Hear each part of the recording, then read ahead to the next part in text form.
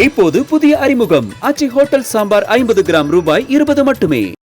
2016 ஆண்டு முதல் 2022 ஆண்டு வரை தமிழக அரசின் திரைப்பட விருதுகள் அறிவிக்கப்பட்டுள்ளன. 2016 ஆண்டுக்கான சிறந்த படமாக மாநகரம் படமும், சிறந்த நடிகராக விஜய் சேதுபதியும், சிறந்த நடிகையாக கீர்த்தி சுரேஷும் அறிவிக்கப்பட்டுள்ளனர்.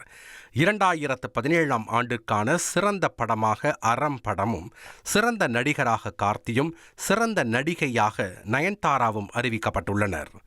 2018 ஆண்டுக்கான சிறந்த படமாக பரியேறும் பெருமாள் படமும், சிறந்த நடிகராக தனுஷும், சிறந்த நடிகையாக ஜோதிகாவும் அறிவிக்கப்பட்டுள்ளனர். 2019 ஆண்டுக்கான சிறந்த படம் அசுரன் படமும், சிறந்த நடிகராக பார்த்திபனும், சிறந்த நடிகையாக மஞ்சு வாரியரும் அறிவிக்கப்பட்டுள்ளனர்.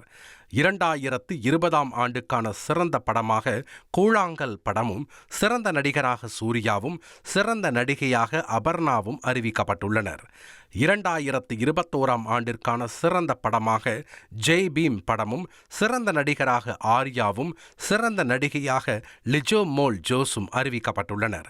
2022 ஆண்டுக்கான சிறந்த படமாக கார்கி படமும், சிறந்த நடிகராக விக்ரம் பிரபுவும், சிறந்த நடிகையாக சாய் பல்லவியும் அறிவிக்கப்பட்டுள்ளனர்.